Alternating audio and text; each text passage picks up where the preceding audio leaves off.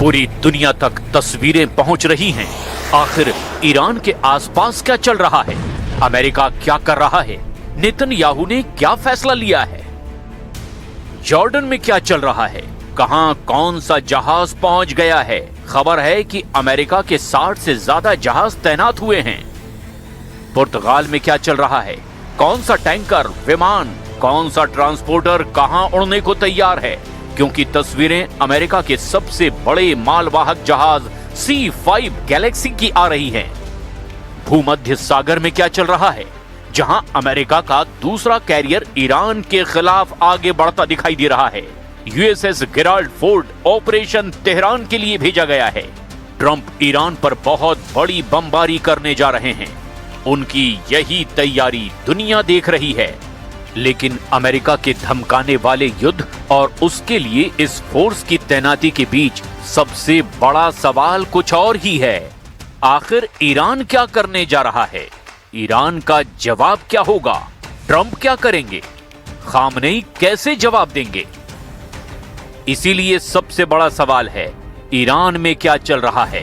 Trump देखना चाहते हैं कि ईरान में अमेरिका का खौफ चल रहा है, लेकिन असली रिपोर्ट है कि ईरान में ट्रंप का खौफ तो बिल्कुल नहीं चल रहा है, बल्कि तेहरान की सड़कों पर ईरान की हिम्मत के सबूत मिल रहे हैं।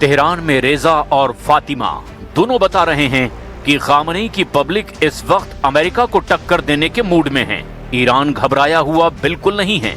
ईरान की फोर्स हर फ्रंट पर तैयार है, चाहे वो हॉर्मुज का समुद्री गलियारा हो, चाहे वो इराक, सऊदी अरब, जॉर्डन या फिर UAE और कतर में मौजूद अमेरिकी अड्डे हों। ईरान ने लड़ने की ठान ली है, क्योंकि ट्रंप अब ईरान को दूसरा कोई विकल्प देना भी नहीं चाहते। ईरान को पता है कि अमेरिका का आखिर एजेंडा क्या है। ईरान को पता है कि ट्रंप का इरादा परमाणु कार्यक्रम को बंद करना बिल्कुल नहीं, बल्कि ट्रंप का एजेंडा ईरान में तख्ता पलट करने का है। They better negotiate a fair deal. They better negotiate. You know, the people of Iran are a lot different than the leaders of Iran, and it's very sad situation. Trump की धमकी एक तरफ, ईरान का लड़ाका जज्बा दूसरी तरफ। Iran बता रहा है कि जून 2025 का पलटवार तो ट्रेलर था, असली पिक्चर अब देखने की बारी आ चुकी है। और ये पिक्चर दिखाने के लिए ईरान ने सरकारी टीवी चैनल का इस्तेमाल किया है। स्टूडियो में मिसाइल देखकर हर कोई हैरान है। दर्शकों के बीच मिसाइल दिखाने का क्या मकसद हो सकता है? ये मिसाइल तो लॉन्च पैड पर होनी चाहिए थी। पहली है फत्ता मिसाइल और दूसरी है खैबर शिकन मिसाइल। ये दोनों मिसाइल इजराइल को काउंटर करने के लिए तैयार की गई है।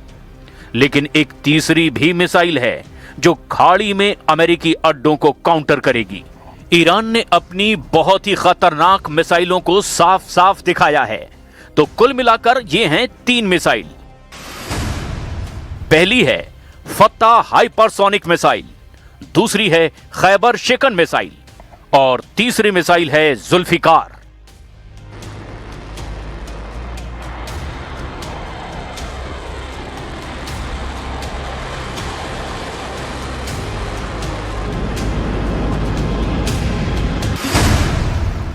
दो 2016 में तैयार हुई जुल्फिकार फतेह मिसाइल की सीरीज से ही है।